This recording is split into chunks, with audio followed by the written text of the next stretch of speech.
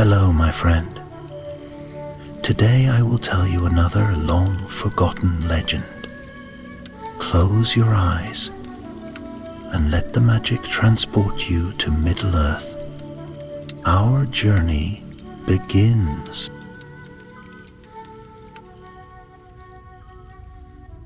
In the elder days of the world, long before the first elves awoke beneath the stars, Arda lay young and unshaped, like a page waiting for the quill of fate. The Valar, mighty spirits born from the thought of Eru, walked the lands and skies, crafting seas and mountains, forests and skies, with voices that sang the world into beauty. But among them was Melkor, the greatest of their kind and the most proud. He had once sung with the others in the music of the Ainur, but his heart was filled with fire and storm. He hungered not just to shape the world, but to rule it alone. The light of the stars did not satisfy him. The joy of harmony did not still his restlessness. In secret he brooded in the dark places of the world, far from the sight of Manwë, the High King of Arda. And so it was, in the cold wastes of the far north, that Melkor set his will to building. There, where the light of the stars dimmed and the winds howled with no voice but their own, he began to shape a fortress, not of light and music as the Valar shaped things, but of fire and fear.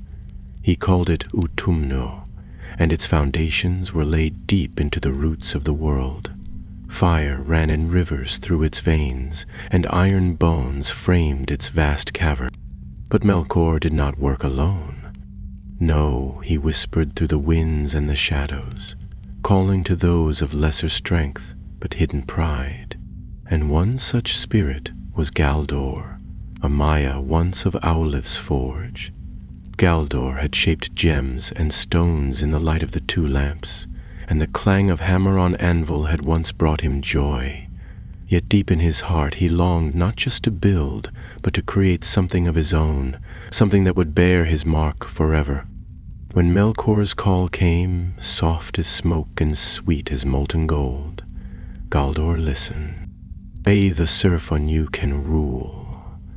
Melkor's voice coiled like a serpent around his thoughts. "Why labor for another's vision when you can craft your own destiny?" Galdor hesitated, but when Melkor promised him a place of honor in the new order, a world reshaped in strength and fire, Galdor turned from the forges of Valinor and disappeared into the shadows of the north. He arrived at Utumno when its halls were still being carved. Great beasts toiled there, creatures twisted from the song of Arda, bent into new forms. Giants with eyes of burning coal, wolves with breath like smoke, and spirits wrapped in flame who danced in the deeper tunnels. Among them moved Melkor, cloaked in black mail, his eyes like stars that had forgotten how to shine. "You are welcome, Galdor," Melkor said, smiling with no warmth. "Here, you shall build wonders no Vala would dare dream." And Galdor, caught between awe and dread, bowed his head. Days became weeks, weeks bled into years. Utumno rose like a wound in the world, spreading cold and fear. Ice crept down from the mountains. Darkness thickened in the skies. The very earth groaned beneath the weight of what was being wrought. But the Valar did not yet know. Melkor had been careful. He shrouded Utumno in enchantments, hiding its fire beneath the frost. Only whispers passed on the wind, tales of withered woods, frozen rivers, and stars that flickered out. Still, one among the Valar grew uneasy. Orome, the great hunter, rode far upon the plains of Middle-earth. His steed Nahar thundered beneath him like storm across the land. In the fading twilight, Orome sensed a change in the song of the world. The trees no longer sang to him as they once did. The beasts were restless. A silence had fallen in the north, a silence that stank of dread. He rode to the edges of the icy lands and found tracks unlike any creature he had ever known. Clawed footprints the size of shields, scorched earth in the shape of wings. He knew then that Melkor was at work again. He returned swiftly to Valinor, his cloak stiff with frost. "Melkor stirs," he said before the throne of Manwë. "Something vast and vile takes shape in the north." The Valar gathered in council beneath the stars. Yavanna wept for the forests that were dying unseen. Aule clenched his hammer, his face grim at the thought of Galdor's betrayal. And Manwë, seated high upon Tanaquil, listened to the winds that bore secrets from afar. Yet they did not act, not yet. The world was still young, and the firstborn of Eru, the elves, had not awakened. They feared to mar Arda further in battle. So Melkor labored on, undisturbed. In the deep places of Utumno, he bred things of nightmare, creatures that had never been named in the songs of the Ainur, and among them the fairest and most terrible were the fire spirits that had once danced with delight in the shaping of the world. Now Melkor twisted them with his malice, binding their hearts in chains of pride and rage. They became the Balrogs, demons of shadow and flame. Galdur, who had once crafted light-filled gems, now shaped thrones for these monstrous lords. And in his dreams he saw a crown of iron upon his brow, ruling a world remade in Melkor's image. Yet something stirred in him, a whisper, faint and buried deep, the memory of light, and the forge fires that had sung to him not of domination, but of creation. But he did not listen, not yet. And far above the mountains, Orome prepared to ride once more. This time, not as a scout, but as a hunter with bow and horn, seeking the lair of the enemy. The first winds of war had begun to blow, and Utumno, the fortress of darkness, neared its terrible completion. Snow lashed the northern cliffs like claws as Galdor stepped out onto one of Utumno's rising terraces. From here, the fortress stretched far and deep, a maze of towers, caverns, and black walls that seemed to drink the starlight. Behind him the clang of hammers rang from the forges where iron beasts were being born, shaped by spirits who no longer remembered song or sun. Galdor's eyes wandered beyond the cliffs to the wide plains of Middle-earth, where ice crept ever southward. He remembered when he had walked beneath trees that glowed with silver dew, when the stars above had felt close and kind. Those days now seemed like dreams from another life. He turned back into the forge hall, his long cloak swirling behind him. Fires blazed from deep cracks in the stone, and in the heart of the room stood the Balrog named Arenruth, one of Melkor's lieutenants. His form was like a man, but taller by far, wreathed in heat and smoke. Wings of shadow curled behind him, and his voice was low and burning. "The lower tunnels are complete," Arenruth said, his eyes flickering like coals. "But the vaults above still need reinforcement. If the Valar come, they will strike from the skies." Galdor nodded, masking the discomfort he always felt around the Balrogs. "I will see it done. The obsidian veins from the western cliffs will serve well." "You think too much like a servant of Owl," Arenruth sneered. "This is no temple to beauty. It is a weapon." With a hiss, the demon turned and stalked away, trailing smoke in his wake. Galdor stood still, the firelight casting flickering shadows across his face. He had once shaped halls of crystal and light. Now he built prisons of stone and flame, and yet some part of him took pride in the work. Utumno was vast beyond imagining, a fortress unlike any in Arda. Down in the lower caverns, prisoners were brought in, lesser spirits and wandering beasts who had refused Melkor's call.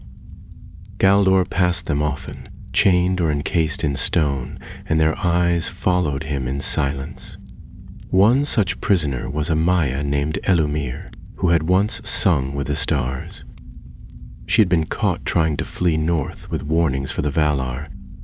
"You're still not like them," she said to Galdor one evening, her voice hoarse but clear. "You haven't turned to ash inside. I serve the one who will shape the world anew," Galdor replied, though his voice lacked the fire of conviction.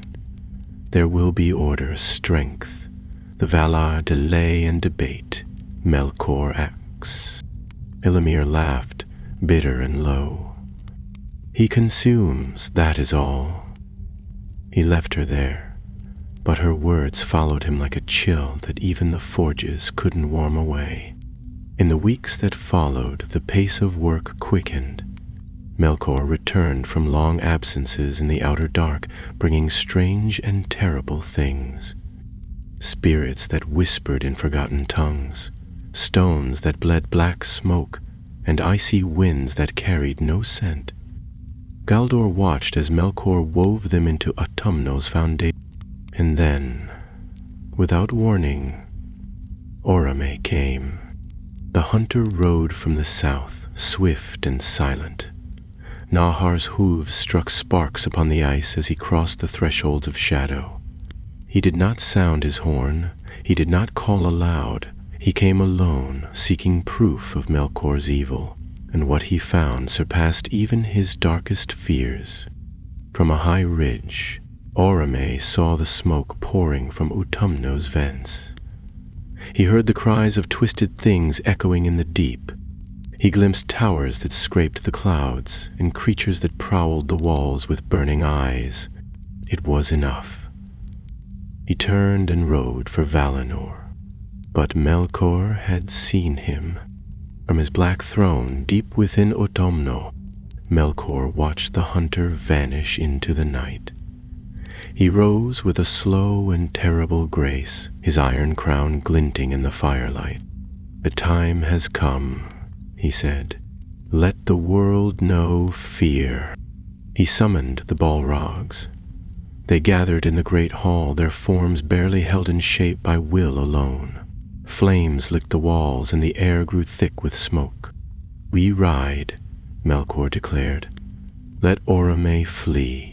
Let him carry fear back to the high halls of Tanacatil. But he shall not reach them unscathed." Galdor stood among the builders, the watchers, the servants who had sworn to follow Melkor. He did not cheer, but nor did he protest. In his heart the conflict stirred. As the warband gathered, Galdor was given a task. He was to lead the final sealing of the upper vaults, ensuring that Utumno's great gates could withstand the wrath of any Vala. He worked with a fury, shaping black stone and pouring molten iron into the locks. The doors rose like cliffs, marked with runes of warding and hate. 3 days later, the sky was split by fire. Orme returned, not alone, but with a host. The Valar had debated long, but Orme's word was strong.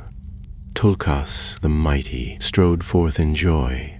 Yavanna and Nienna wept to see what had been done to Arda. Ulmo called forth the seas, and Aule armed the warriors with blades of purest metal. Even Varda, the star Kidler, raised her light against the dark. The battle of the powers had begun. But Galdor, high upon the walls of Utumno, watched not with joy or fear but with doubt. He had built a fortress of darkness, but now, as the sky opened and the host of the Valar approached, a question haunted him. Had he built it to protect or to imprison? The answer waited down in the vaults, where something ancient stirred beneath the stone, something Melkor had hidden even from his own. The storm broke over Utumno with fire and thunder. Light split the sky in jagged bursts, and the earth shook under the feet of the approaching host.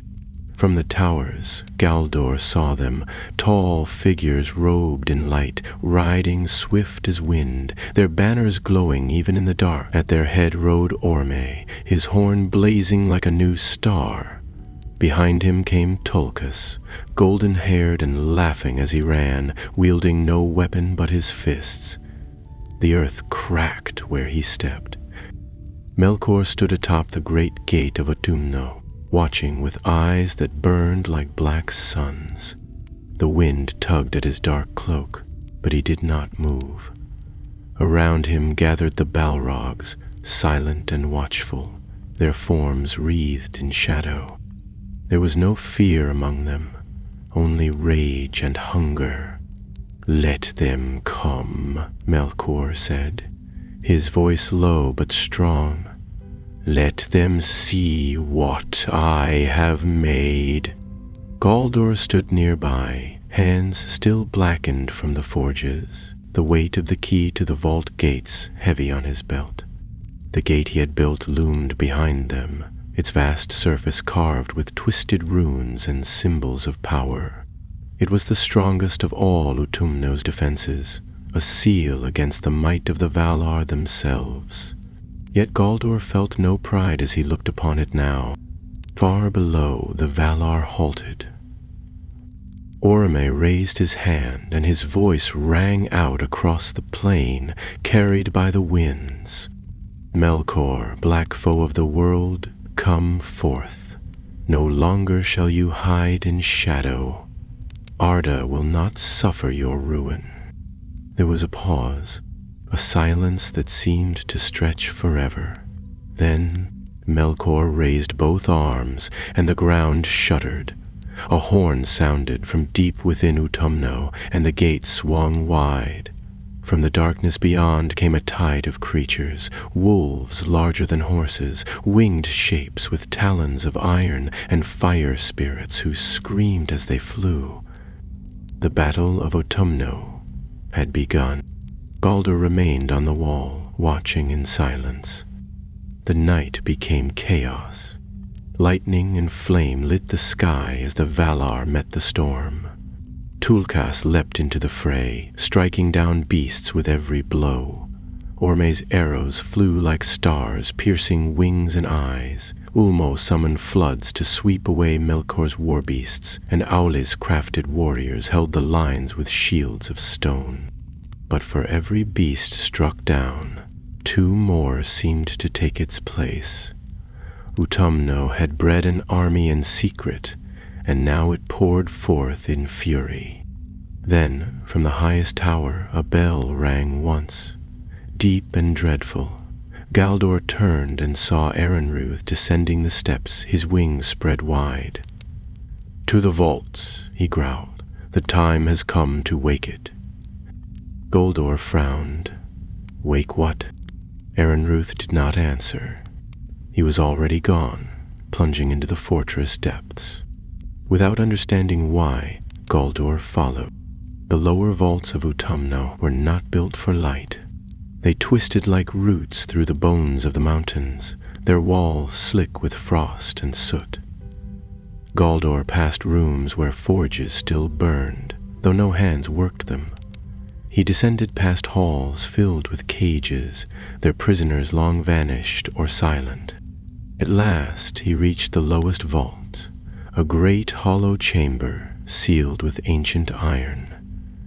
Erenruth stood before the gate, flames rising from his back. Melkor was already there, his dark form outlined in firelight. "We are betrayed," Melkor said without turning. "They come not to reason, but to destroy." "No one believed they would," Erenruth growled. "They are weak with mercy."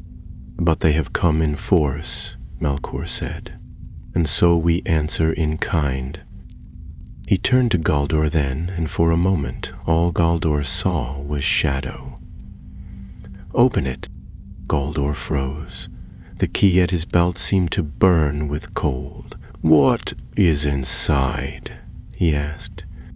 "You helped build the chamber," Melkor replied. "Did you never wonder why I made you seal it with 7 locks, each bound by fire and frost? Did you think it held gold?" Galdor's fingers hesitated over the key. Somewhere above, the walls trembled with distant battle. "It was not meant to be opened," he said quietly. Melkor's voice darkened. "It is now." Against his will, Galdor stepped forward. The key turned with a sound like cracking ice. The first lock fell open, then the second. With each, the air grew colder, heavier. When the 7th lock gave way, the door shuddered and slowly swung open. Inside was darkness. Not the darkness of night, nor of a cave, but something older, deeper, a shadow that seemed to devour sound and thought. From within came a rumbling breath, and 2 eyes opened, huge, lidless, burning with slow fire. It was not a creature Galdor recognized. It had no name in the tongues of the Valar, for it had been hidden before even the shaping of Arda. Melkor had drawn it from beyond the stars, bound it in sleep, and buried it in the heart of the fortress. Now it awoke. With a sound like the cracking of mountains, the beast stirred. Scales of black iron rippled down its back, and fire leaked from between its teeth. Galdor stumbled away as it rose, unfolding its wings like a mountain rising from the earth. Arenruth stepped forward and placed a clawed hand on the creature's snout. "Go," he whispered. "Burn the sky." The beast gave no cry, no roar. It simply rose, flowing like a storm through the tunnels, up toward the battle above. And Galdor, heart-pounding, fled the vault. As he ascended, the air shook with a new sound. Panic. Screams rang out through Utumno's halls, not from the enemy, but from within. Even the Balrogs looked shaken as the great beast passed, its presence crushing as the weight of a falling mountain. Above, the tide of the battle began to turn.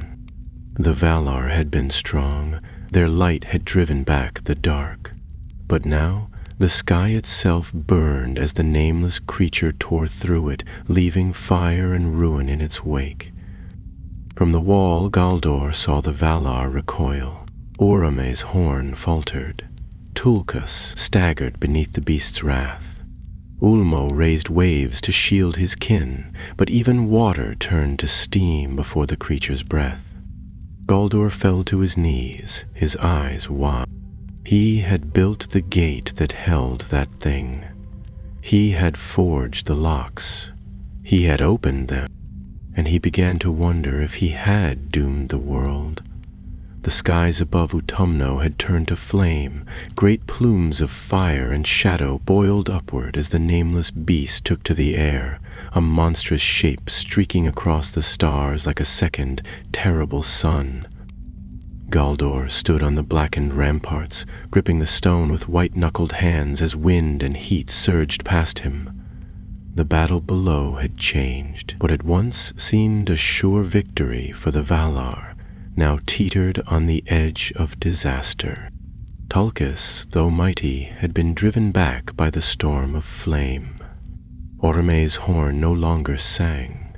He and his hunters fought in silence beneath the boughs of a forest that now burned at its edges. The others, Yavanna, Aule, even Manwe, mighty though they were, struggled to shield the world from a creature that should not have walked it. The very air seemed to shiver beneath the weight of its roar. Galdor backed away from the edge, stumbling down a stair that trembled with every cry from above. All around him the fortress groaned like a wounded beast. Flames danced along the halls, lighting the grim carvings on the walls, carvings he had helped shape, once proud of their size and strength. Now they seemed like symbols of madness.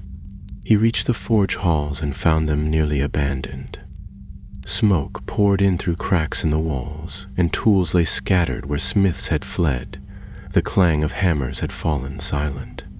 Galdor moved through the great chamber, past pillars of obsidian and anvils still glowing with heat. His thoughts were chaos.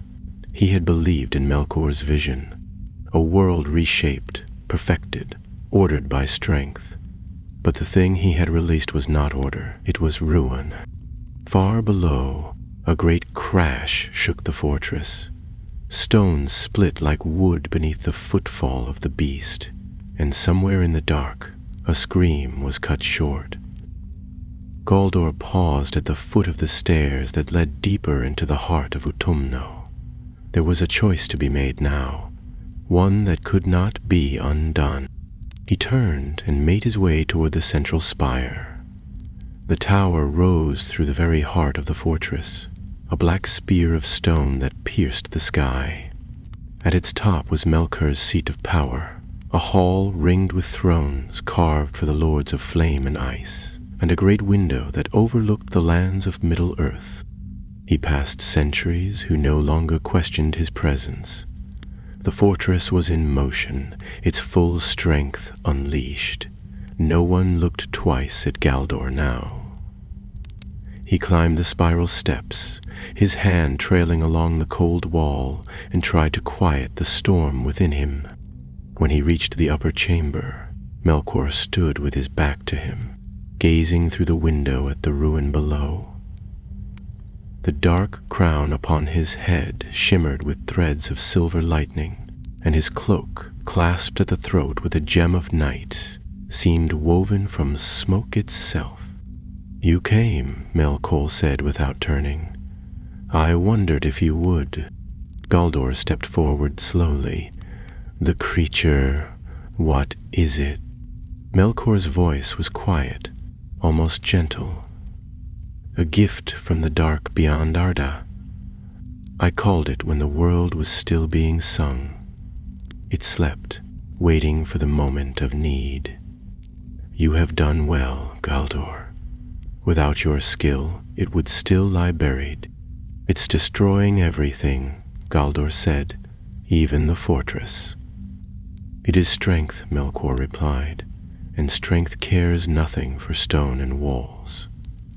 The Valar must see that their peace is a lie. Only power brings order, and from this ruin I will rebuild the world in my image."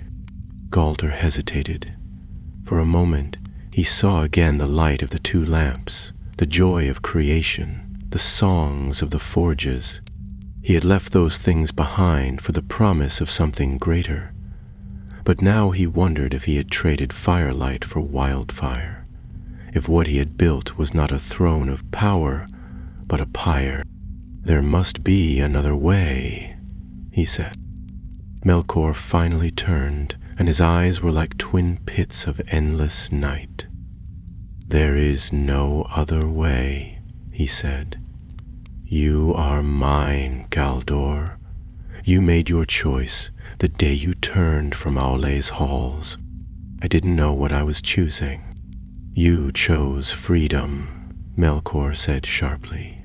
"Now take it, or stand aside and be broken with the rest."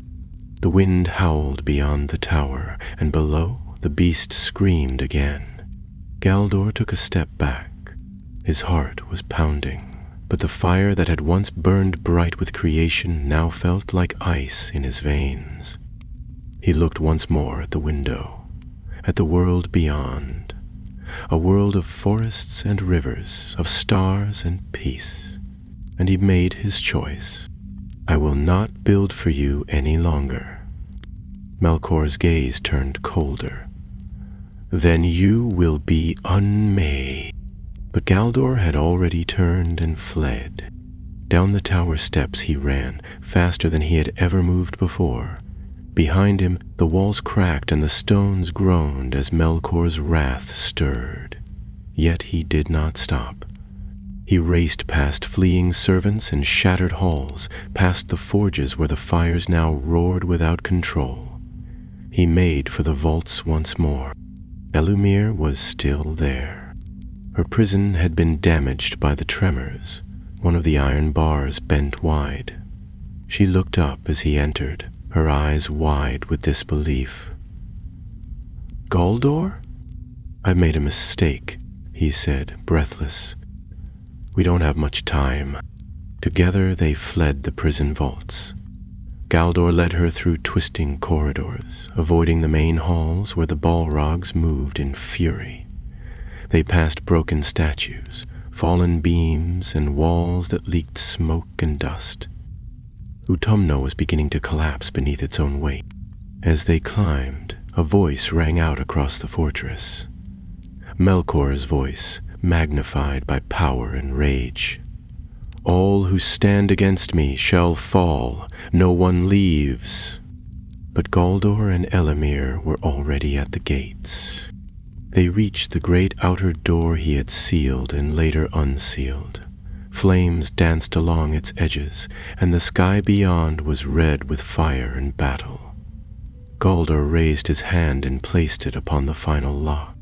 This time, he did not open it. He shattered it. With a blast of heat and light, the iron lock broke apart, and the gate creaked open just wide enough. He and Elumir slipped through into the cold night air, where battle still raged, and the sky burned with war. The fortress behind them trembled again. Utumno was cracking, and Galdor knew it would not hold for long. The air outside was sharp and full of ash, the ground trembling beneath every stride of the beast overhead. Galdor shielded his eyes as he and Elumir crossed the broken causeway that led from Utumno's gate into the plains.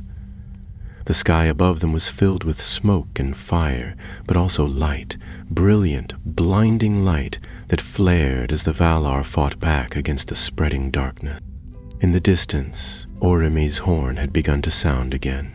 Its call was fierce and clear, rising above the thunder of flame and war.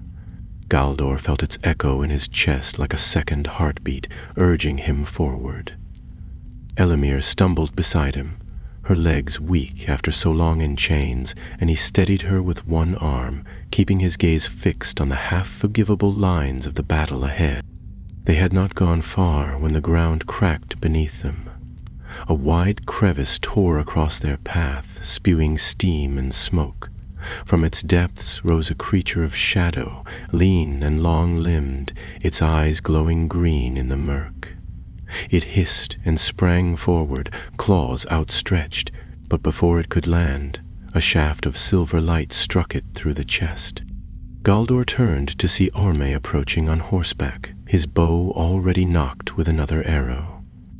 Nahar reared with a cry, steam curling from his flanks, and Orme rode straight to them, through fire and shadow. "Elumir," he said, dismounting without hesitation. "I feared we would not reach you in time." "Certains shield me," Galdor said quickly, "but we have to warn the others. There's something in the fortress, something Melkor has loosed. It's not of this world." Oram's eyes narrowed. "The sky beast. We have seen it. It must be bound or destroyed." "It won't be easy," Elumir said hoarsely. "Its fire is deeper than any forge, and it feeds on fear."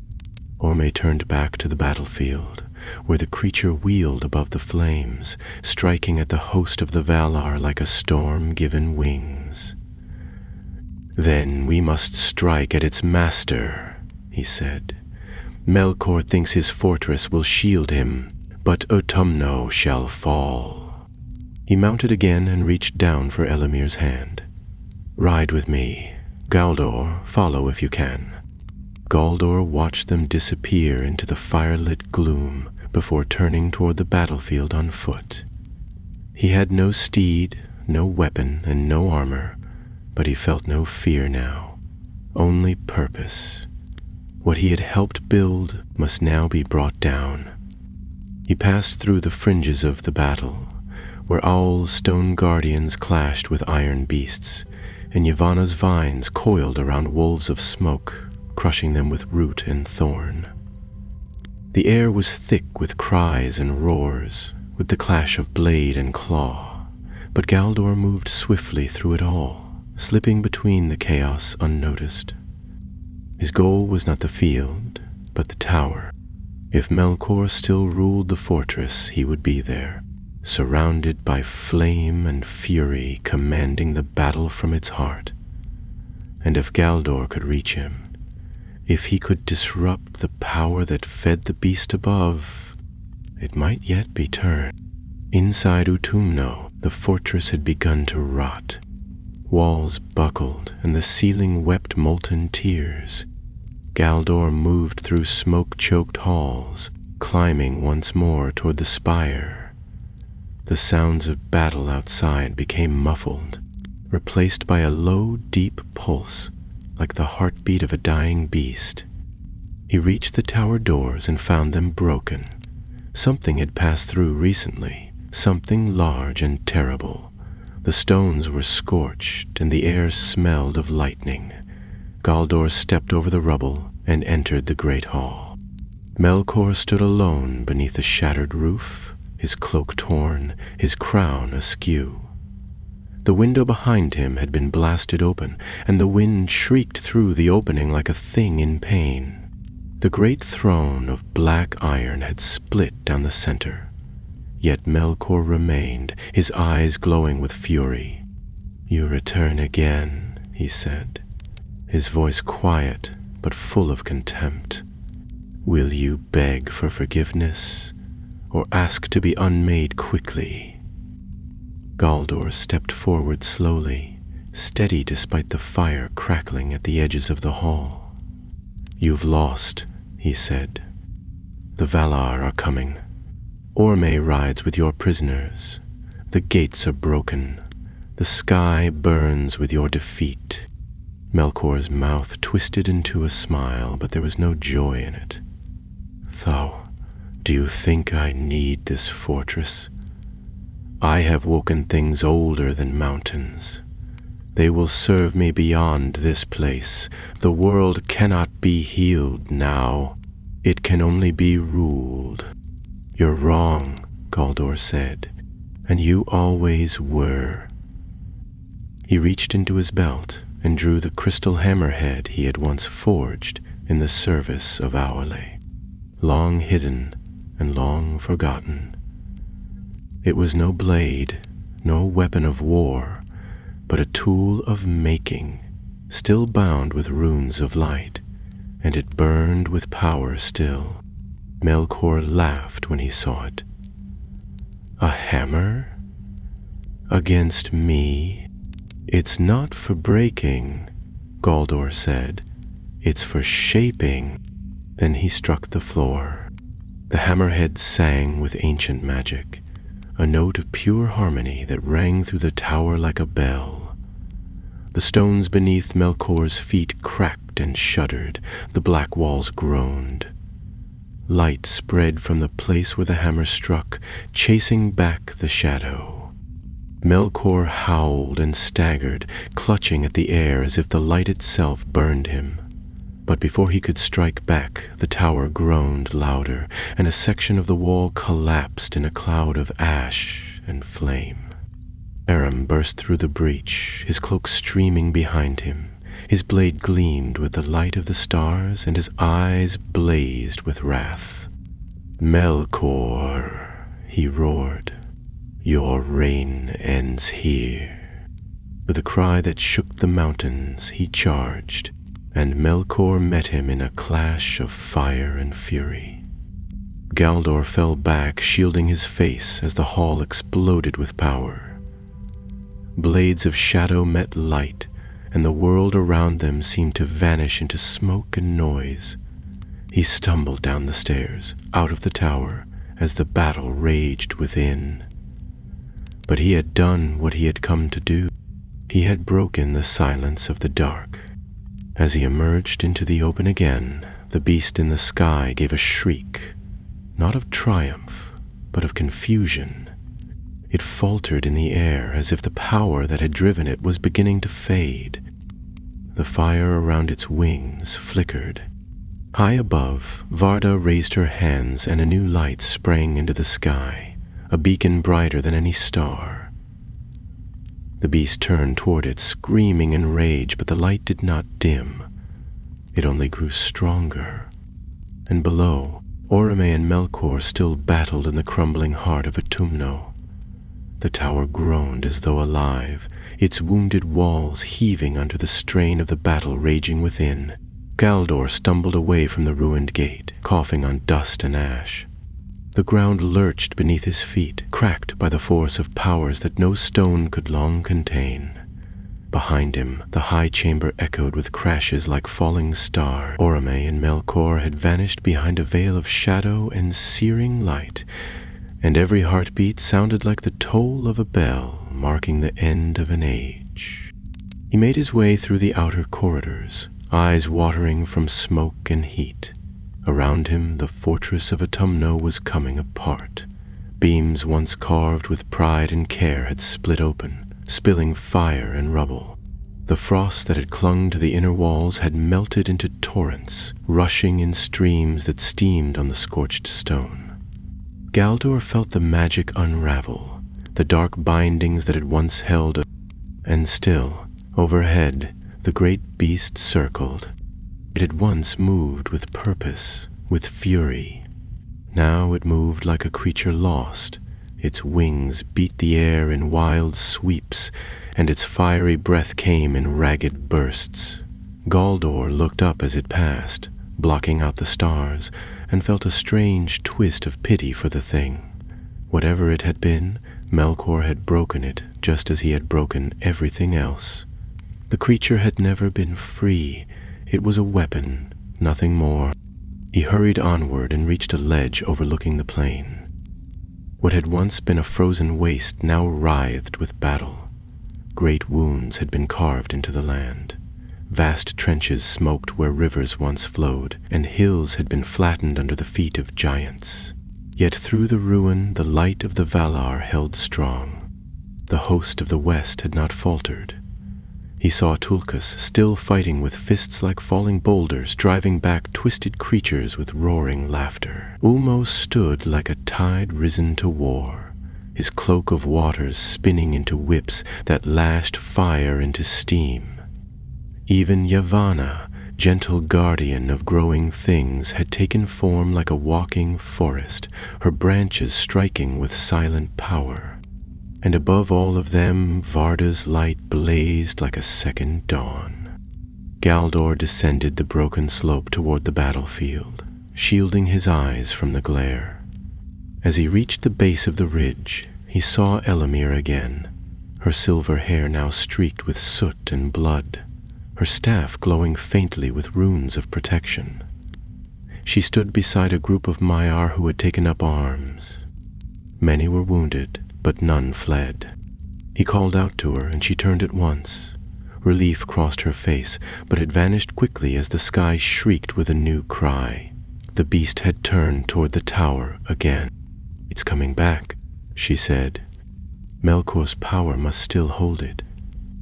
"He's fighting Orome," Galdor said. "But I broke the ward stones at the tower's base. It's weakening." "Not fast enough," she replied. "If that thing dives again, there'll be no fortress left to bury him in."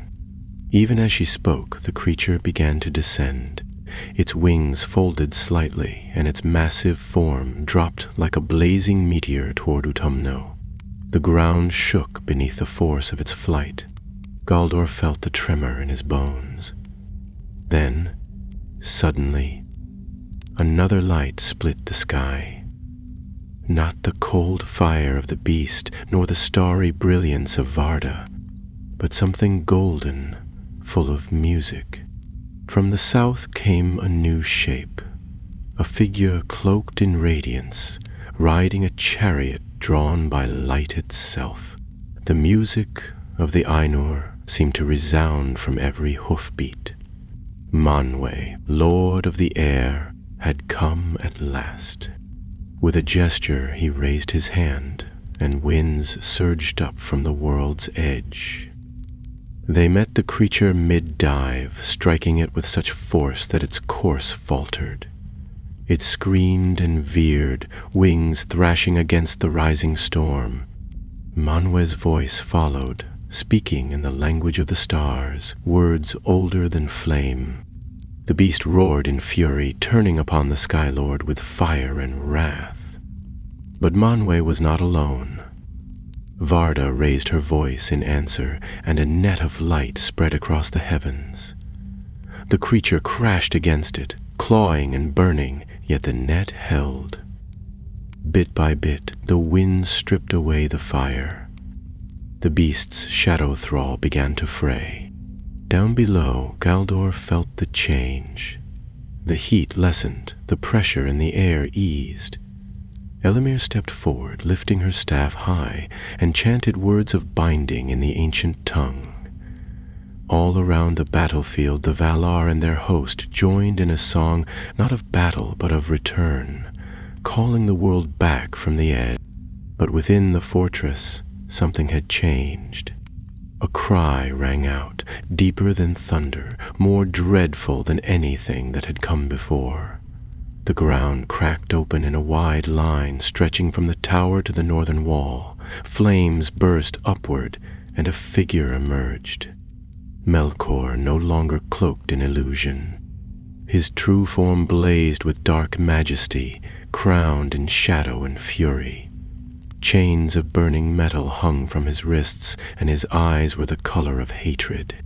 He stumbled forward, his cloak torn to threads, his crown broken in trailing sparks.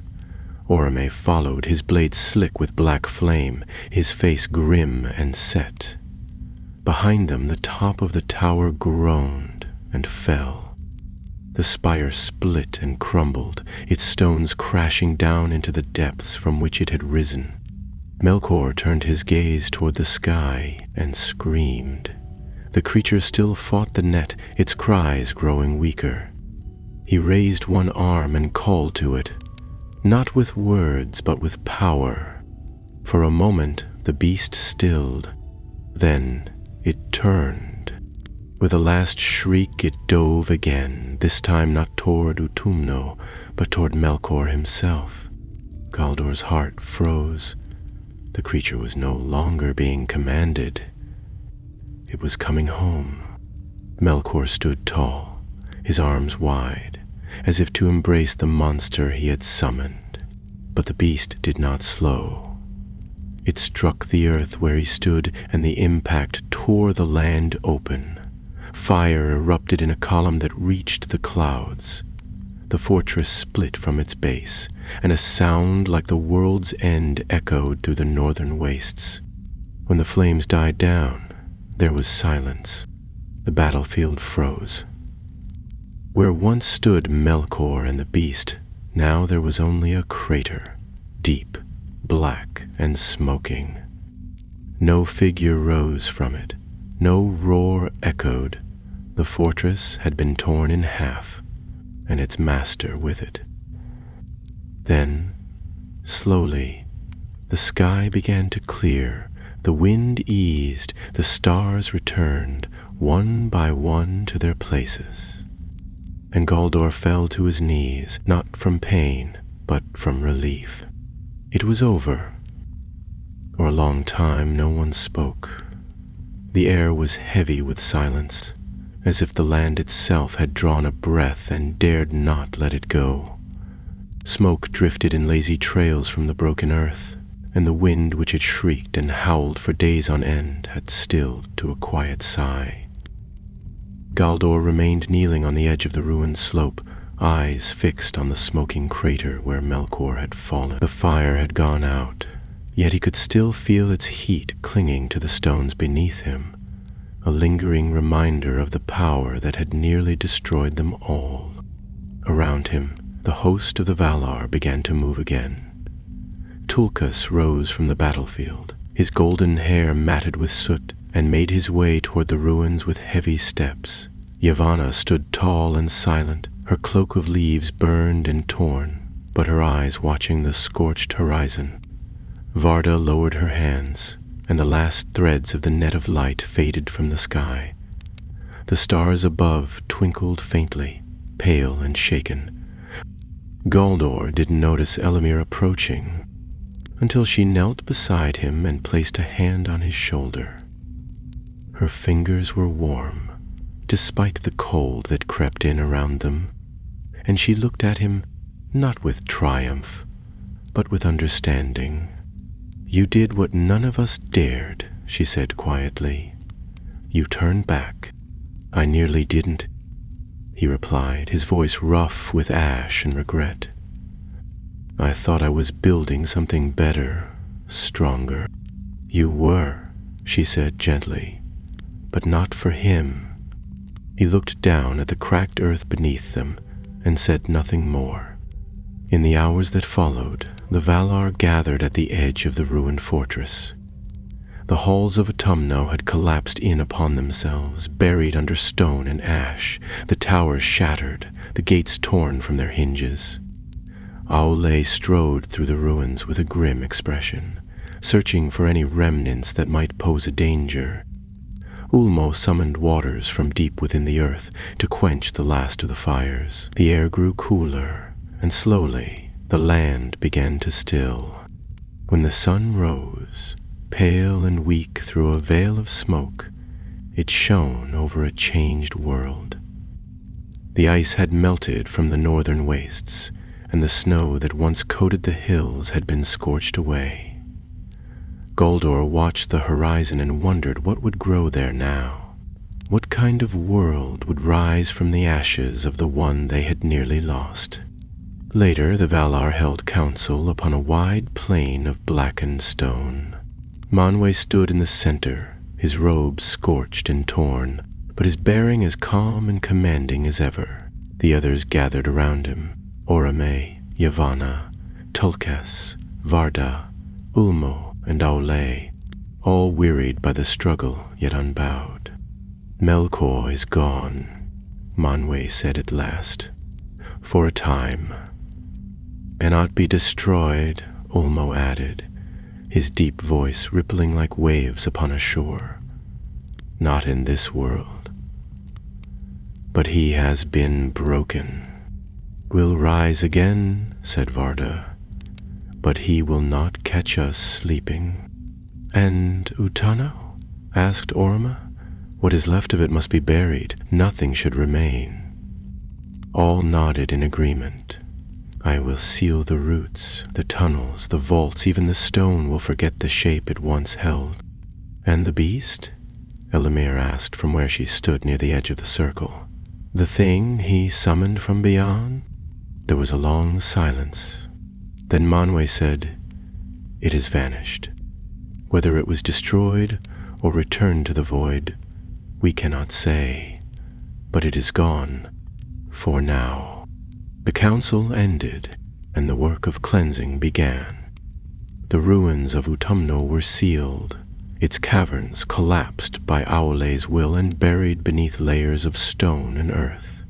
Forests would never grow there again, and no creature would willingly make its home in that place. The scars upon the land would not heal easily, but they would no longer fester. Galdor remained behind after the others had gone. He stood alone before the last outcropping of black stone, watching the smoke rise in thin trails into the morning air. It would take a long time, he knew, for the world to forget what had been done here. And perhaps it should not forget. When Elumir came to him once more, he turned with a tired smile. "I don't know what comes next." "None of us do," she said, "but we walk forward all the same. Don't belong in Valinor anymore? Then don't return yet. Stay here, help rebuild. There are things worth making again." He considered that for a long moment, and at last he nodded. So Galdor remained in the lands beyond the mountains, long before they would bear names, long before the first elves would open their eyes beneath the stars. He wandered among the hills, planting seeds of stone and fire where beauty might one day bloom. He did not speak often of Utumno, or of the beasts that had scorched the sky, or of the voice that had once called him from the forges into the shadows. But sometimes, at night, he would look toward the north, where the land still smoked faintly in the distance, and whisper a quiet promise that if darkness rose again, it would not do so unchallenged. Far above, the stars burned steadily on, as they always had. In the days that followed the fall of Utumno, the world entered a strange silence. It was not the silence of peace, nor of calm, but something hollow, like the hush that comes after a storm when the trees no longer sway and the air waits, heavy and unsure, for what might come next. The hosts of the Valar returned south, their banners tattered and armor scarred, not with celebration, but with the weight of what they had seen. The north remained desolate. Even from afar, the land looked wounded. Smoke still curled in thin tendrils from the blackened craters, and no birds sang above its skies. The fortress was gone, but its shadow lingered, clinging to the bones of the earth like an old curse that could not quite be forgotten. Yet amid the ruins, life had not fully fled. Galdor stayed. While the Valar rebuilt their cities and returned to their high halls, he made his home among the cold hills and the whispering streams that ran now clearer than they had for many years.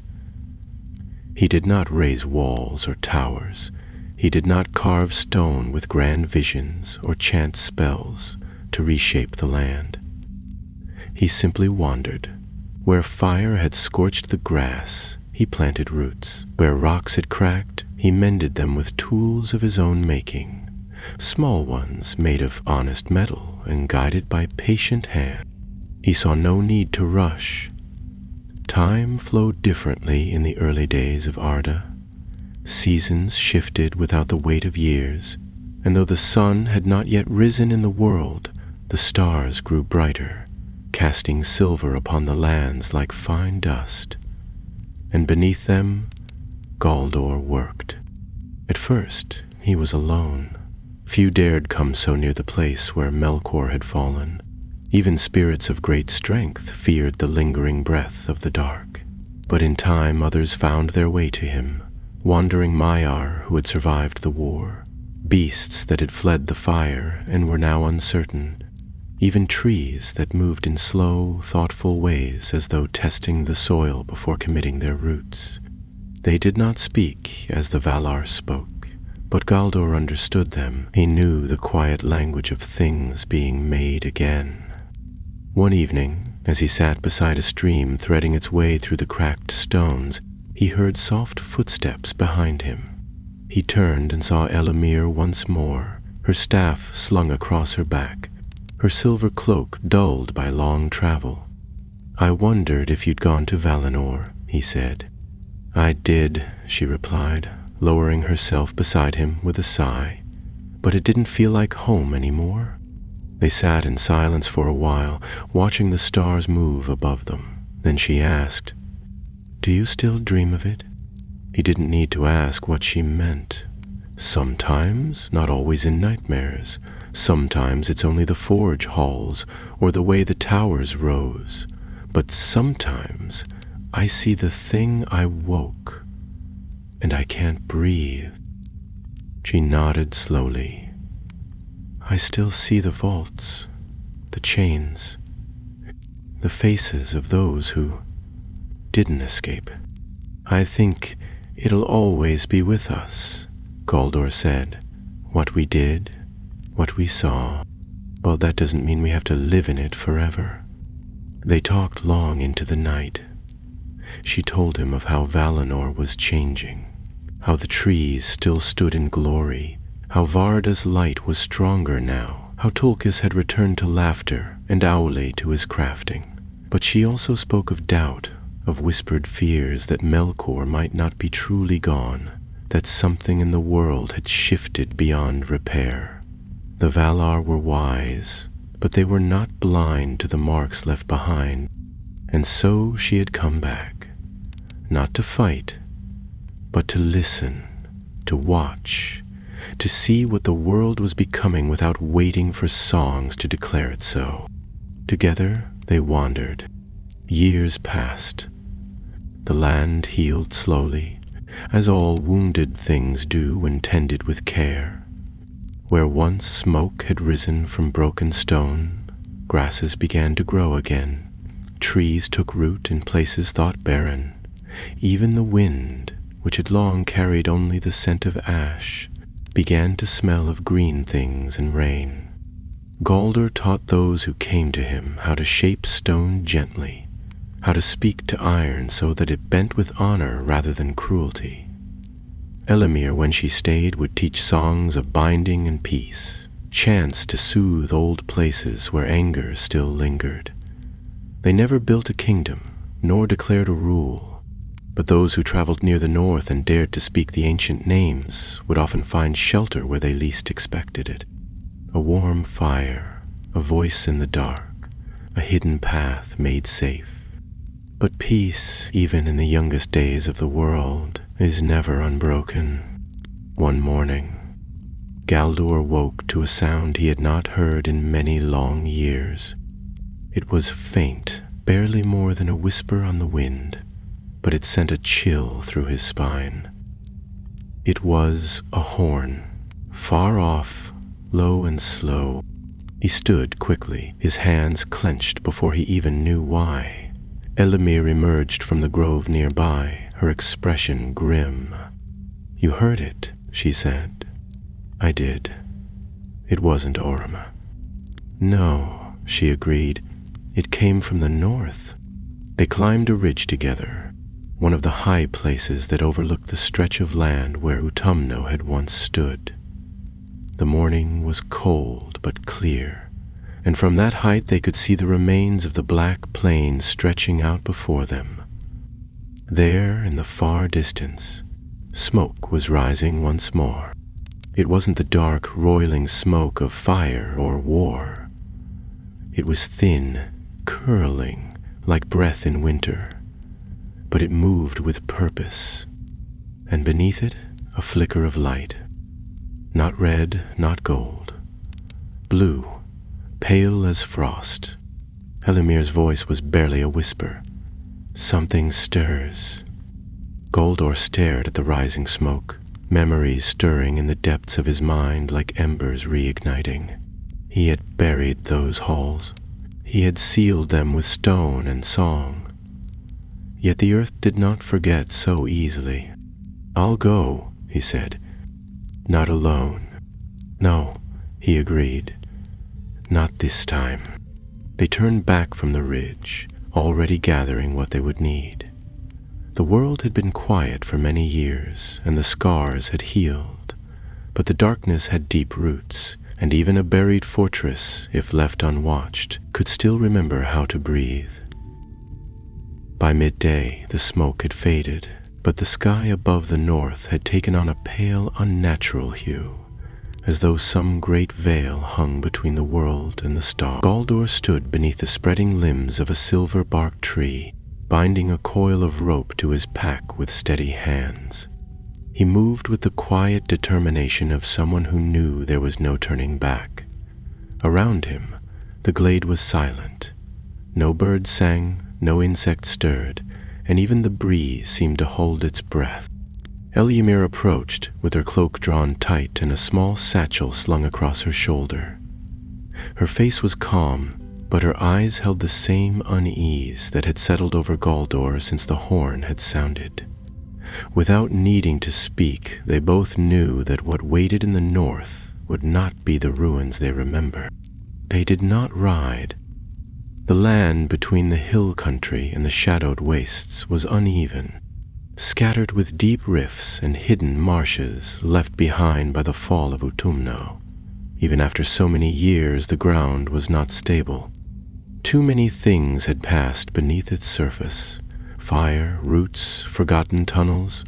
They moved carefully, avoiding places where the soil steamed faintly, or where strange patterns marked the earth like old wounds trying to close. The journey took 3 days. On the second evening, they camped near a wide basin of black glass that shimmered faintly under the stars.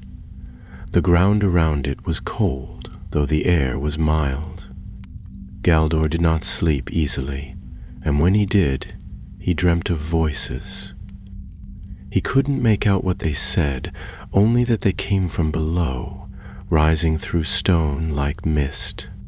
Elamir slept little as well, her hand never far from the hilt of the short blade she carried tucked beneath her cloak. In the morning, neither spoke of what they'd felt in the night. By the 3rd day, they had reached the edge of the valley where Utumno had once stood. The last time Galdor had looked upon this place, it had been a chasm of fire and ruin, half swallowed by the earth. Now it was strangely still. The rocks had cooled, and the outer cliffs were buried beneath wind-carried dust.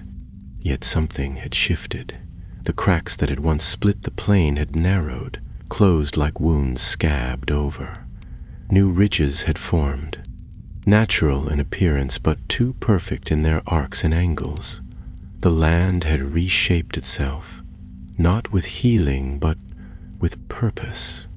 They climbed down through a narrow ravine, descending into the center of what had once been Melkor's throne. No bird flew overhead, no living thing stirred. At the heart of the plain where the great crater had opened during the fall, there was now a hill, low, circular, covered in dark stones veined with pale blue threads. At first glance, it seemed a natural rise, but Galdor knew better. The hill hadn't always been there. It had risen since the battle. Something had formed it, or worse, something beneath had shaped it from below. They approached with care. The stones grew colder the nearer they came, and the blue veins pulsed faintly, like light seen through ice. Galdor knelt beside one and laid his hand gently upon it. For a moment he felt nothing. Then came a jolt, sharp as a blade drawn across the mind. He saw fire, but colder than any flame he had known. He heard voices, whispering not in words but in memory. Fragments of thoughts twisted and bound. There was a will down there, buried and silent but not asleep. He snatched his hand back with a gasp. "What did you see?" Eluir asked, already drawing her staff and stepping closer to shield him. "It's not gone," he said. "Something of him remains. I don't know what it is, but it's not just memory. It's part of him, a shard maybe, or something he left behind. Not a creature, a seed." Elamir frowned and placed her own hand over the stone, but she did not flinch. Her face tensed, eyes narrowing as she focused. "It's bound, deep. Something cracked open, but whatever it was, it hasn't risen. Yet." They circled the hill, careful not to touch the stones again. At its southern base, half hidden beneath a ledge of rock, they found an opening. It was narrow, no more than a cleft in the earth, but it pulsed with the same cold light. Inside they could hear nothing. No wind, no echo, just silence. "We go in," said Galdor. They entered single file, the path descending quickly. The walls of the tunnel were made not of rough earth, but smooth stone, melted once by fire and then shaped with unnatural precision. Blue light traced the cracks, dim but steady. It lit their way without flickering, as though the very stone bled its own illumination. After a time, they reached a chamber, circular, with a ceiling too high to see clearly, though the light climbed it in spirals like vines. In the center stood a pedestal. On it rested a fragment of dark crystal, jagged and cruel. It was not large, perhaps the size of a clenched fist, but the air around it shimmered with cold. Galdor felt something deep in his chest tighten. "Yours," he said, "was not here before. I would have remembered." Elamir approached it slowly, her staff held before her. The crystal pulsed once faintly, and a flicker of something passed across her face. She stepped back at once. "It's not just memory. It's power. His power, condensed, dormant, but waiting." "For what?"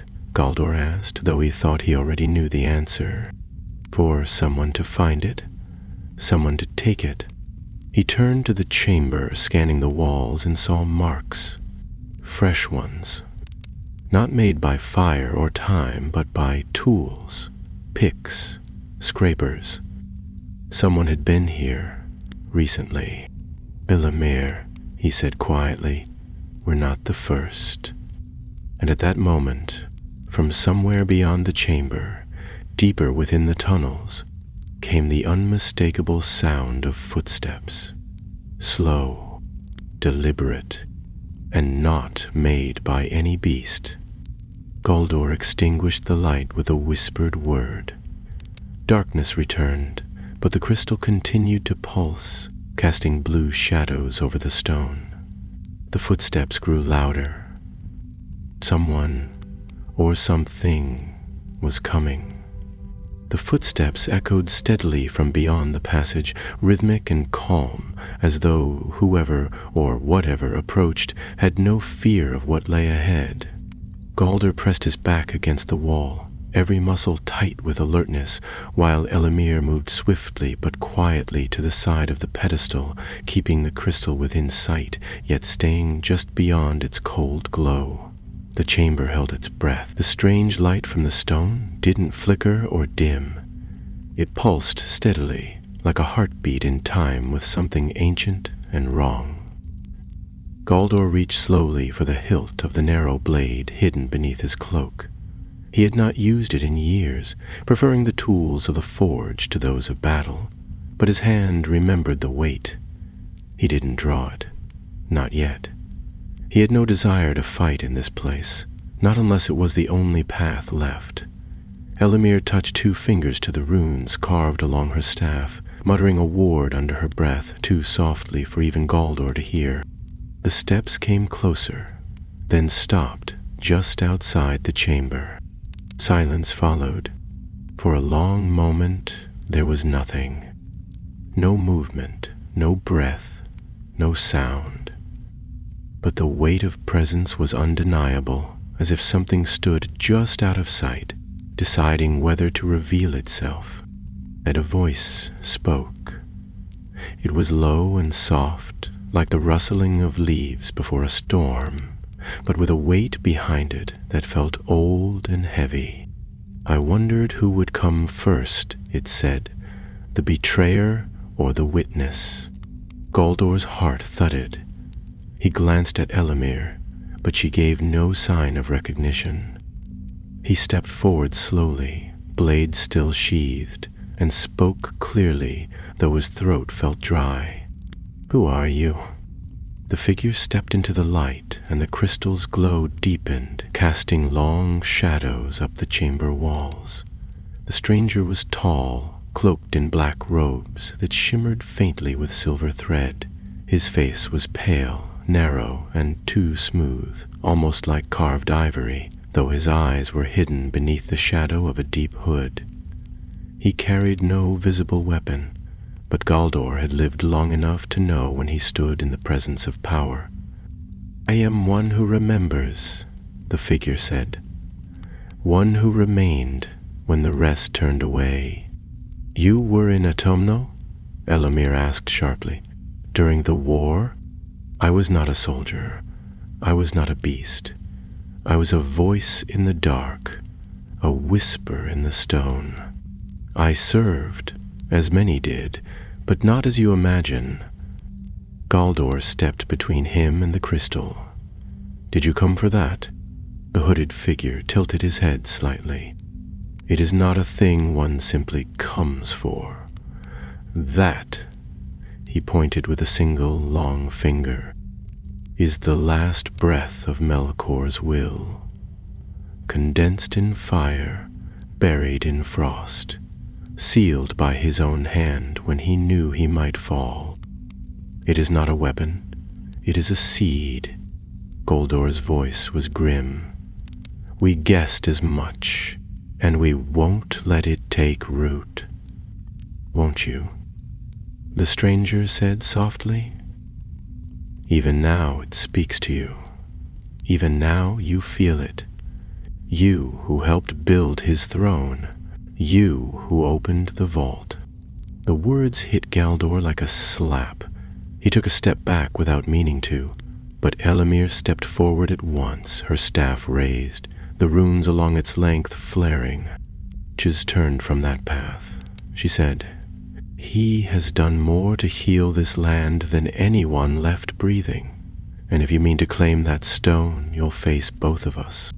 The stranger sighed, almost sadly. You misunderstand. I do not come to steal or to threaten. I come to offer understanding. You believe the war ended because Melkor fell, but the truth is far stranger. He broke himself to escape destruction. Part of him lies in that stone, yes, but part of him lies in the very roots of this world now, in flame and frost and silence. The Valar think they buried him, but they only scattered him. Galdor shook his head. You speak madness. Do I? The figure replied, his voice still calm. Then ask yourselves this. Why did the land begin to shift again after so many years? Why does the earth breathe differently now than it did a decade ago? Why do your dreams reach deeper than your waking thoughts? The words hung in the air like smoke. Elumir lowered her staff slightly, but her eyes never left the man. What is it you want, truly? I want to be sure, he said, when the day comes and the voice calls again, that there are those who remember what was taken from him and what was promised. He reached into his robes and drew out a slender shard of dark glass. It shimmered like the crystal, but smaller, incomplete. He placed it on the ground with great care, as though it were precious. This is all I came to leave. Not to awaken him, not yet, but to remind you that he is not truly gone, and that some of us still listen. With that he turned and vanished into the shadows beyond the chamber. Elumir moved at once to the tunnel's edge, but the figure had already disappeared, his steps leaving no trace. She returned, frowning deeply. That was no Maya, she said quietly. Or if he was twisted into something else. Boulder stared at the crystal and the shard beside it. Both pulsed faintly now, as though aware of each other's presence. He felt sick. We have to bury this place again, he said, deeper than before. This isn't over. No, Elumir agreed, but it's not his world anymore, and we're not his servants. They took the shard and wrapped it in layers of cloth etched with runes of warding. Elumir began chanting softly, binding the energy inside it. Galdor turned to the pedestal and examined its base. Beneath the stone, the crystal had begun to root, thin tendrils of ice and shadow creeping into the floor. He began chiseling them free, working quickly. Hours passed. By the time they sealed the chamber, they had carved new wards into every stone, burned runes into the walls, and collapsed the outer passage behind them. The hill above was marked with sigils known only to the oldest tongues, and the entrance hidden beneath layers of shaped rock and growing vine. When they returned to the open air, the stars above were sharp and cold. The The smoke from the north had stopped, for now, but the memory remained. The stars overhead twinkled in their slow, eternal dance, unaware, or perhaps unconcerned, with what had nearly stirred beneath the world once more. Galdor stood in silence at the edge of the hollow where they had buried the shard, his boots half sunk into the mossy slope. The work was done. The runes were laid, the passage sealed, and every trace of the crystal's presence wrapped in wards and warnings. But his thoughts would not still. Elamure stood a short distance away, gazing out across the quiet plain. The wind had returned, soft and steady, brushing against her cloak and lifting her hair like fine silver threads. It carried with it the scent of pine and fresh water from the hills beyond, a promise of peace, though she could feel that it would not last, not yet. "We should tell them," she said at last. "Manwë, Varda." Galdor shook his head, slowly at first, then with more certainty. "Not until we know more, not until we understand what we saw. We'll ask why we waited, then we'll tell them what we must. That the earth stirred and we listened, that we sealed something old and dangerous. They won't question that, not with Melkor's shadow still fresh in memory." She turned to face him. "You're still afraid they'll blame you." He met her gaze. "Wouldn't you?" Eliamir's eyes softened. "No. You chose to return. That matters more than anything that came before." He looked away again, toward the distant hills, where the stars dipped low behind the dark ridges. "I just don't want to be wrong. Not again." They left the valley behind at dawn. The light spread slowly across the sky, not the golden blaze of the sun, still unborn, but a pale gray wash that gave form to shadow and edge to hill.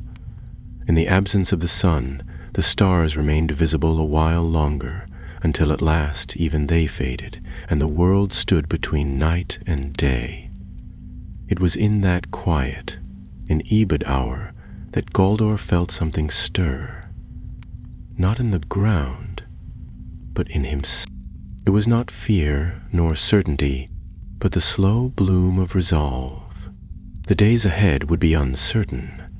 They might have banished Melkor's fortress from the world, scattered his followers, even sealed away the last breath of his will, but something remained, a mark left not just on the land, but in the hearts of those who had stood too long in shadow, and whatever had come to claim the shard was not the last of them.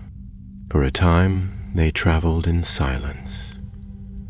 Birds returned as the day grew brighter, and the wind carried the distant sound of streams flowing through rocks. They moved southward, back toward the hills that had become their home, though both knew it would not be a home they could keep for long, not if the signs they'd seen meant what they feared. By the fifth evening they reached the edge of the old forest, where Galdor had once planted fire seeds in the frozen ground. The trees there were tall and wide, their roots deep and knotted with memory.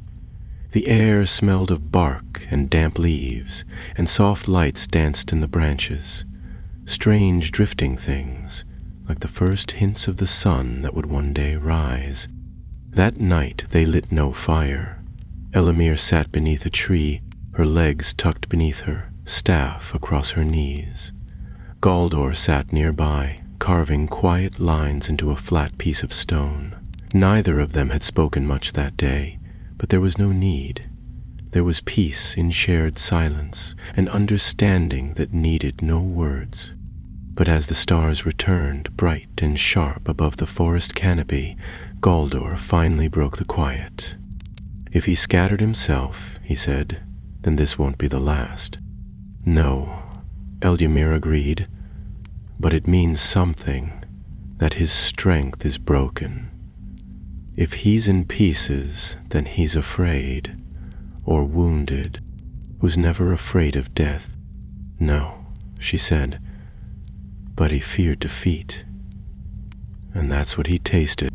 Galdor finished the carving and held it up to the starlight. It was a rune, old and strong, the kind once used to bind fire to stone. He slipped it into his pack beside the others. We'll need more of these, stronger, better made. We'll need others too, said Elamir. Not just us. We're not enough. Who would we trust? She didn't answer right away. Then quietly she said, there are still spirits that never chose a side, and some who followed him out of fear, not belief. If they've turned, we might not be alone. Galdor considered that. He remembered the halls of Utumno, filled with flame and steel and silence. He remembered the builders, the watchers, the chained. There had been many who had kept their heads down, who had spoken little but never lifted a hand against the dark. He had been one of them once, and if he could turn, perhaps others had too. Then we begin, he said, not just building stones or walls, but watching, listening, teaching maybe. For what? For when the world forgets, he said, and the dark tries to rise again. Elamir nodded once, and though the fire was gone from the sky and the cold crept softly through the trees, there was something warm in the quiet between them. They slept that night beneath the shelter of the old forest, the stars wheeling slowly overhead, and somewhere in the deep places of the world, beyond light and time, something stirred again. Too faint to name, too small to follow, but real. The seasons passed slowly, as they always had in the early days of the world, marked not by months or calendars, but by the subtle changes in the wind, the shape of the stars in the sky, and the color of the moss that clung to the roots of ancient trees. Galdor and Elamir did not measure time as the Valar did, nor as the elves one day would. But they knew that years had passed since they sealed the chamber in the north and buried the shard of Melkor's will beneath stone and ward.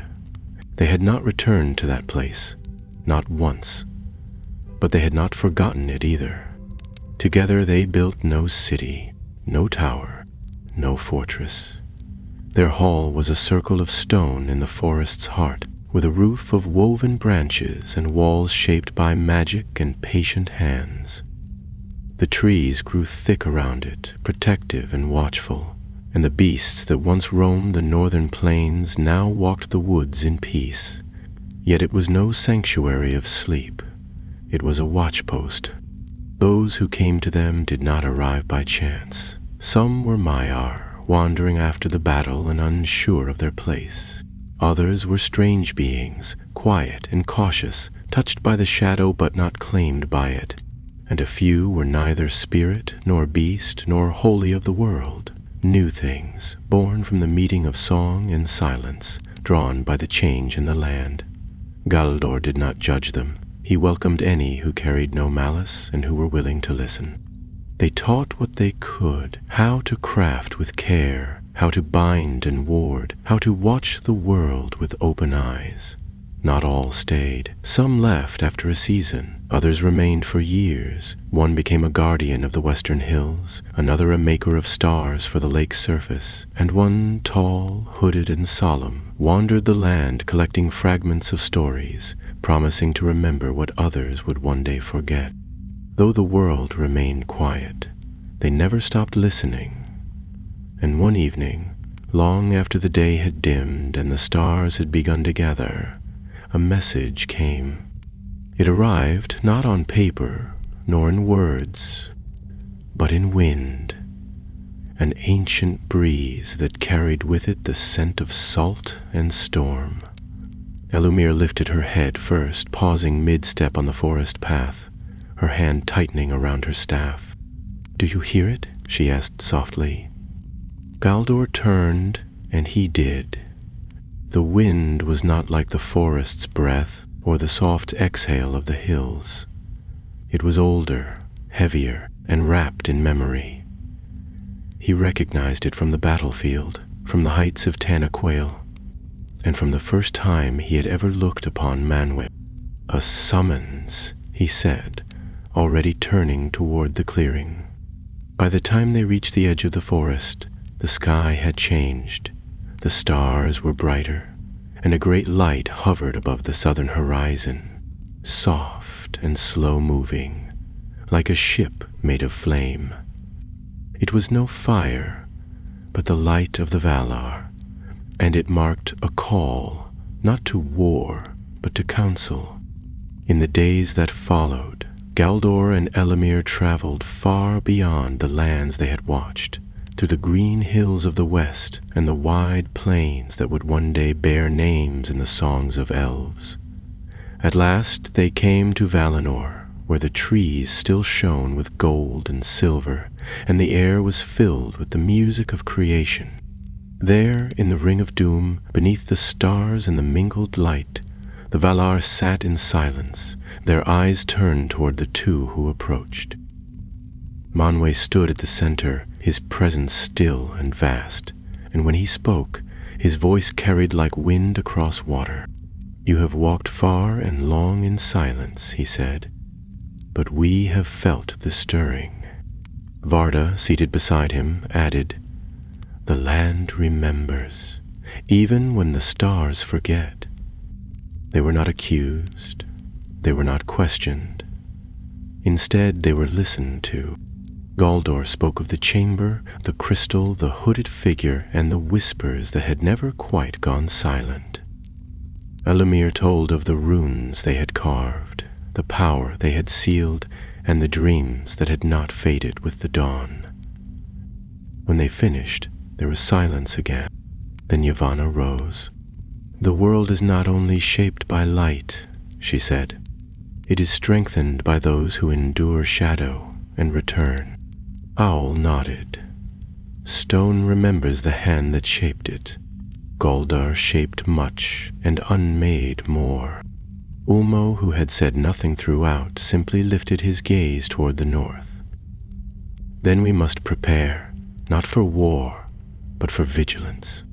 And so it was agreed.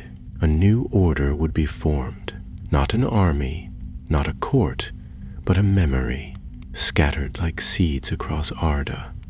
Watchers, quiet and unassuming, who would walk the land with open eyes and patient hands, listening for echoes of the dark. Galdor and Elamir were asked to guide them, not to lead, but to remind them of what had once been. Years passed. The trees shone, the stars wheeled, and the winds changed again. And far to the east, the firstborn children of Iluvatar stirred in their slumber, not yet awakened, but near to the edge of their time. The world was growing.